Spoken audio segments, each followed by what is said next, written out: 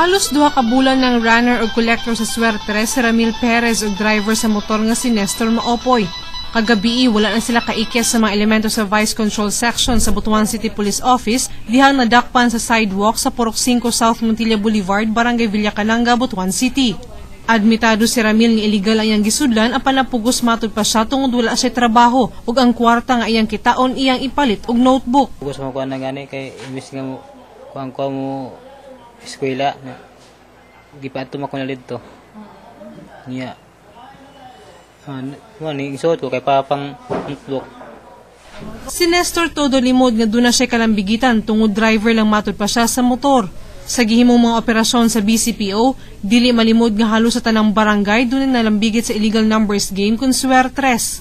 Insofar as yung operation of the illegal number games is concerned, guerrilla type po ang style nila. They will go from one place to another po. Kaya we cannot say na isang barangay is cleared ito and then isang barangay is wala meron nagpapala nagpapataya.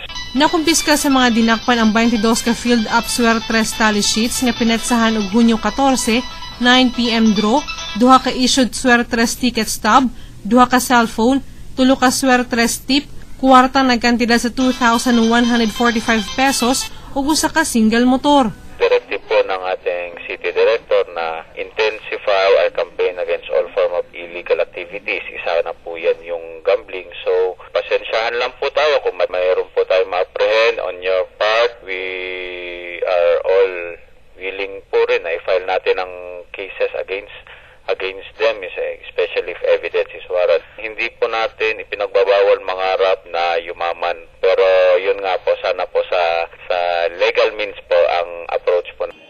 Kaganinang buntag ipailawom na sa inquest proceeding sa Fiscal's Office sila Perez ug Maopoy o gipasakaan sa kasong violation of PD 1602, illegal gambling as amended by Republic Act 9287, illegal numbers game. Shermaine Awitan, Patrol sa Caraga.